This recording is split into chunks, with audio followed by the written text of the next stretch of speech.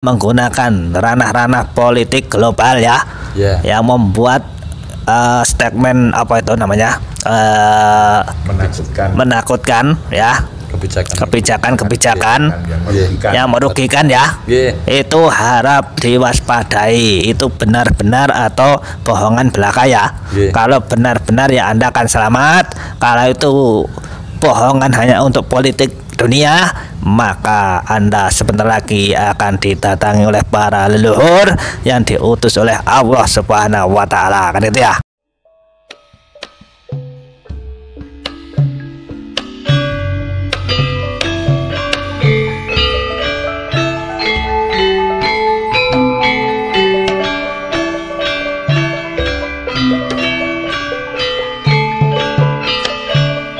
Assalamualaikum warahmatullahi wabarakatuh.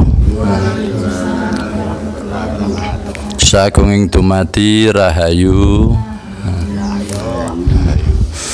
Jumpa lagi lur dengan channel kesayangan Anda. Pada kesempatan siang hari ini akan menampilkan kolaborasi Gus Rafiq dan Kang Togo yang akan membedah Surah Maryam ayat 1. Untuk yang pertama kalinya, monggo Gus Rafiq untuk membedarnya, menyampaikannya. Monggo Gus. Bismillahirrahmanirrahim. Surat Maryam ayat 1 itu bunyinya adalah Kaf, Ha, Ya, Ain, Shad. Kalau di kalangan umum makna dari ayat tersebut dirahasiakan, tapi ada salah satu ilmu hakikat yang sedikit menerangkan bahwa kaf itu maknanya mulut, ha itu maknanya hidung, ya itu maknanya perabaan, ain itu maknanya penglihatan, shad itu pendengaran. Nah, hal itu berhubungan dengan nafsu 4 ya, yaitu lawamah itu di balik mulut, amarah di balik telinga, supiyah itu di balik hidung, mutmainah di balik mata. Lah ini dalam memandang dunia, orang-orang yang masih memakai nafsu itu, manusia memandang dunia itu bagaimana secara lawamah mereka mencari kekayaan, secara amarah mereka mencari kekuatan, kekuasaan, secara supiah mereka mencari kenikmatan, secara mutmainah mereka mencari penghidupan, mencari ketenangan pribadi. Nah, untuk para leluhur, Kaf, Ha, Ya, Ain, Shad ini dimaknai sebagai mata semesta, penciuman semesta, pendengaran semesta, kalam semesta. Lah ini sudah saatnya sekarang para leluhur yang dengan makrifat semesta, dengan pandangan semesta, karena melihat manusia-manusia menggunakan nafsunya hanya untuk kepentingan pribadi, kepentingan golongan, kepentingan politik dan lain sebagainya. Ini para leluhur sudah saatnya menggunakan makrifat semesta, pandangan semesta untuk istilahnya menata keadilan di alam semesta ini. Jadi yang namanya leluhur itu adalah orang-orang yang diluhurkan oleh Allah, yang diagungkan oleh Allah. Itu makna pertama. Makna kedua adalah leluhur adalah para dzurriat manusia dari Nabi Adam sampai kita sekarang ini. Mereka semuanya karena mempunyai makrifat semesta, mempunyai pandangan semesta, mereka mempunyai keinginan hama mayu hayuning bawono. Lah saat ini sudah mulai dirusak oleh istilahnya nafsu-nafsu egoisme, lawamah, amarah, supiyah dan mutmainah, hanya untuk kepentingan golongan, untuk kepentingan pribadi, untuk kepentingan politik dan lain sebagainya. Dan sekarang hanya istilahnya untuk menghidupi segelintir golongan di muka bumi ini. Makanya para leluhur alam semesta ini yang mempunyai pandangan semesta mulai datang untuk membawa keadilan di semesta ini, gitu Mas Moyo. Okay. Ya, terima kasih, istimewa sekali apa yang disampaikan Gus Rafiq yang telah membedah kata kaf ha ya ain shad dalam surah Maryam ayat 1. Nah, ini sekarang saya ingin minta pencerahan pada Kang Togo. Monggo Kang Togo. Ya, terima kasih. Ini ilmu yang luar biasa, ilmu yang tidak bisa dipelajari secara umum ya. Karena kalau secara umum kan tadi jelas makna dari terjemahan secara Latin bahasa Indonesia kan juga nggak ada ya. Ini ilmu yang luar biasa. Maka karena ini ilmu yang luar biasa, karena sudah mengerti isinya adalah luar biasa, maka nanti akan menjadi sebuah suatu kumpulan energi untuk alam semesta ini menjadi keluar biasaan para leluhur kita ya. Jadi leluhur kita nanti kalau memandang, mendengar, mencium itu pasti sangat tajam sekali ya. Dan dalam kalamnya pasti mandi sekali. Apa tuh bahasanya mandi sekali itu? Mujarab sekali gitu ya. Jadi nanti leluhur tentunya dengan ilmu ma'rifatullah yang dimiliki ini, yang diturunkan oleh Allah Subhanahu wa taala, tidak akan salah di dalam menjalankan tugasnya, kan gitu ya. Ibarat kata seperti kita ini diciptakan dari keturunan Adam dan Hawa ya. Nah, Adam itu adalah sifat kelangitan. Orang yang selalu menjunjung tata krama budi pekerti, berarti dia mempunyai kekuatan energi kelangitan ya toh. Sementara Hawa adalah sifat keduniaan atau sifat apa itu, kebumian ya. Nah, maka nanti akan tenggelam bersama sifat-sifatnya di dalam bumi tentunya, kan seperti ya. Jadi orang yang memperkaya diri dengan politiknya dan menyengsarakan orang banyak, maka dia akan ditenggelamkan di dalam bumi itu tadi ya. Jadi suatu saat nanti kalau leluhur kita ini sudah berdakwah dengan berjalannya api, air, tanah, udara, maka seluruhnya akan menjadi sebuah azab bagi para penjulim-penjulim di seluruh dunia, teruntuk khususnya di Nusantara kita ini ya. Jadi ini untuk penerangan lengkapnya ini saya serahkan kepada Gus Rafiq. Saya akan menambahi dikit demi dikit saja. Monggo Gus Rafiq untuk menambahnya lagi. Ini adalah berhubungan dengan tirakat kami berdua bahwa saat ini para leluhur semesta, leluhur jagat ini sudah mulai turun akan mengadakan dakwah semesta. Jadi dengan pandangan semesta, pendengaran semesta, penciuman semesta, dan dengan kalam semesta, pasti dengan afngal semesta, dengan izin penguasa semesta, mereka akan berdakwah menggerakkan tanah, api, angin, air untuk menegakkan keadilan. Karena saat ini sudah mulai banyak istilahnya gurita-gurita kekuatan, kekayaan, orang-orang yang mempunyai kenikmatan hidup dan mereka menyengsarakan yang lainnya, gurita-gurita para ahli ilmu pengetahuan yang mereka juga menyengsarakan orang banyak, terutama salah satunya ya ini corona ini ya. Kalau banyak orang yang sudah menggunakannya sebagai kendaraan kedzaliman, ini dalam waktu dekat dan ini sudah dimulai para leluhur akan turun ke jagat semesta ini mengadakan dakwah. Dakwah ini adalah dakwah semesta. Secara kebumian akan menggerakkan tanah, api, angin, dan air, dan secara kelangitan akan menegakkan budi pekerti pada manusia. Orang-orang yang tidak mempunyai budi pekerti maka akan dibenamkan dengan anasir-anasir yang dia dijalani. Tanah dengan kekayaan, api dengan kekuasaan, kekuatan, angin dengan pengaruhnya, air dengan ilmu pengetahuannya. Jadi sebentar lagi nanti banyak sekali dakwah-dakwah semesta yang tujuannya adalah untuk menenggelamkan manusia-manusia dolim yang tidak punya budi pekerti. Ini adalah berita baik buat kita semuanya, orang-orang kecil. Sebentar lagi akan ditegakkan keadilan seadil-adilnya.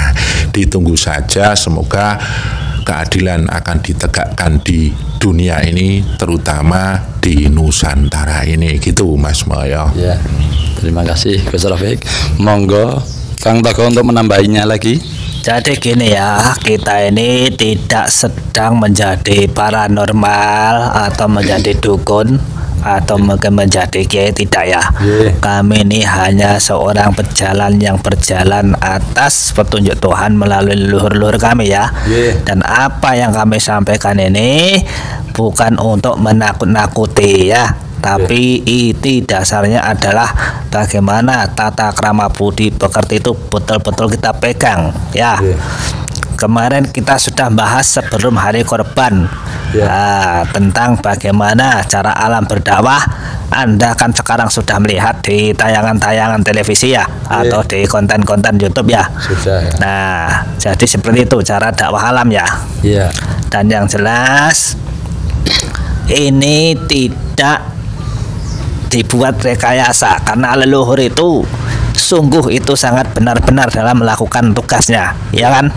Maka jangan dianggap ringan pesan leluhur ini. Kalau Anda nanti menyepelekan atas pesan leluhur ini, nanti kalau ada apa-apa dengan Anda yang tidak berbudi pekerti leluhur, maka nanti kami tidak bisa bertanggung jawab karena kami hanya sebagai penyampai ya toh. Jadi kami bukan berperan di dalamnya, melainkan kami hanya mendapat sebuah petunjuk dari leluhur kan gitu ya. Jadi saya himbau untuk kalian semua yang kira-kira menggunakan ranah-ranah politik global ya, yang membuat statement apa itu namanya menakutkan ya, kebijakan yang merugikan ya, itu harap diwaspadai. Itu benar-benar atau bohongan belaka ya. Kalau benar-benar ya Anda akan selamat. Kalau itu bohongan hanya untuk politik dunia, maka Anda sebentar lagi akan didatangi oleh para leluhur yang diutus oleh Allah Subhanahu wa Ta'ala, kan itu ya. Itu pesan dari saya seperti itu. Sungguh kami tidak menakut-nakuti, kami hanya menyampaikan pesan saja. Kami bukan dukun, bukan paranormal, bukan kiai ya, bukan ustadz. Karena kami ini gemar sekali yang namanya dengan lelaku nyambung dan leluhur, maka leluhur menyampaikan pesannya kepada kami. Perkara ada yang lain disampaikan pesannya, ya monggo diunggah di konten, nggak usah takut-takut. Ini demi kebenaran keadilan dalam dunia ini gitu ya. Ayo disambung. Monggo Gus Rafiq untuk menyambung lagi. Adapun ini semua tirakat yang kami lakukan untuk mendapatkan istilahnya ilham dari Allah, petunjuk dari Allah, terus mendapatkan nasihat dari para leluhur, karena berangkat dari sekarang ini masyarakat kecil di dunia, khususnya di Nusantara ini semakin terhimpit, ekonomi macet, usaha-usaha pada gulung tikar. Ini masyarakat kecil mulai tergencet, mulai teraniaya. Ini dengan suara tangisan orang-orang kecil ini kami berusaha untuk bertirakat menyambungkan jiwa kami kepada Allah, dan hasilnya seperti itu. Jadi hasil dari apa yang kami tirakatan ini adalah menjawab dari tangisan masyarakat yang selama ini dirundung dengan kegalauan, keresahan, kebingungan. Kok sekarang dengan adanya corona ini kok masyarakat jadi istilahnya imbasnya luar biasa. Apakah seperti itu corona sehingga semua lini yang ada di masyarakat akhirnya menghimpit manusia-manusia kecil seperti kita ini, dan itu kami istilahnya gabungkan, terus kami tirakatkan, akhirnya mendapatkan wejangan seperti ini. Jadi ini istilahnya dari awal tadi memang kami mencoba untuk meminta petunjuk apa yang terjadi nanti, dan hasilnya seperti itu tadi, Mas Moyo. Ya, terima kasih Gus Rafiq. Kang Teguh badhe menambah lagi. Ya, jadi jelas ya. Konten kami ini betul-betul pesan untuk kita semua, dan kami tidak menyangkal, tidak menggunakan statement kalau corona itu tidak ada, enggak ya. Kami percaya yang namanya virus itu ada ya, cuman walaupun kami itu enggak tahu namanya corona itu bagaimana, tapi dari zaman dulu, zaman Nabi pun sudah ada yang namanya virus ya. Yang namanya sesak napas, namanya apa itu namanya, pokoknya virus-virus gitu ya, macam-macam itu dari dulu sudah ada ya. Tapi kan tidak menakutkan seperti ini ya. Kalau sekarang itu kan benar-benar menakutkan. Nyampe ke masjid saja sudah nggak boleh, ya dah. Nyampe ke gereja nggak boleh, ke wihara nggak boleh. Nah, ya dah. Nah, cari makan nggak boleh, ya dah. Nah, kan itu sangat menakutkan sekali ya. Nah, dari itu ini para leluhur ini nanti pasti akan menunjukkan keadilan yang dipimpin oleh Allah Subhanahu wa taala sendiri ya. Karena leluhur ini juga digerakkan oleh Allah Subhanahu wa taala, kan gitu ya. Jadi gitu, saya cukupkan. Kalau ada tambahan dari Gus Rafiq monggo, kalau udah cukup ya ditutup saja gitu ya. Gimana Gus Rafiq? Sedikit. Jadi ini mohon maaf dari jeritan masyarakat kecil, tangisan masyarakat kecil ini dijawab bahwa nanti Allah akan mengutus utusannya, yaitu para leluhur, yaitu orang-orang yang diluhurkan, para leluhur. Jadi orang-orang yang zaman dulu ikut menjaga ranah hama hayu hayuning bawon ini akan peduli sama kita semuanya. Benar-benar nanti keadilan akan ditegakkan. Orang-orang yang punya kekayaan, kekuasaan, pengaruh, kepandaian, teknologi dan lain sebagainya yang menggunakan kezaliman di dunia ini sebentar lagi akan di bumi hanguskan. Negara-negara, kelompok-kelompok, bahkan pribadi-pribadi nanti akan diberi peringatan oleh Allah lewat utusannya dengan pergerakan tanah, pergerakan angin, air, api, dan lain sebagainya. Dan bil khusus nanti corona ini akan diambil alih, akan menjadi jalan dakwah para leluhur untuk menghabiskan orang-orang yang zalim di dunia ini. Kalaupun ada orang baik yang kena, itu tidak lepas dari takdir Allah bahwa semua manusia akan ditakdirkan mati. Seperti itu Mas Moyo, matur nuwun. Gimana Pak De? Kesempatan kali ini season cendol dawet yang kedua ya. Yang kemarin itu part 1 ya. Itu cendol dawet pertama ya. Sekarang cendol dawet yang kedua, ya toh. Jadi nanti selamat menikmati. Kabar akan datang kepada Anda semua. Nanti selamat melihat perkembangan Jagat Raya ini sesuai kehendak Allah Subhanahu wa taala ya. Kita akan cuma menyampaikan. Masalah terlepas benar atau tidaknya itu tergantung dengan Tuhan ya. Itu Tuhan yang Maha menentukan. Jadi kami sebut ini cendol dawet ya. Cendol dawet part kedua ya. Terima kasih. Sekian dulu ya. Ditutup ya. terima kasih, istimewa sekali kolaborasi Gus Taufik dan Kang Togo dalam membedah surah Maryam ayat 1. Semoga apa yang disampaikan beliau Gus Taufik dan Kang Togo menambah pengetahuan bagi kita semua dan bisa menjadi pencerahan untuk kita semua. Sampai jumpa lagi lur di lain kesempatan dalam menikmati channel kesayangan Anda ini.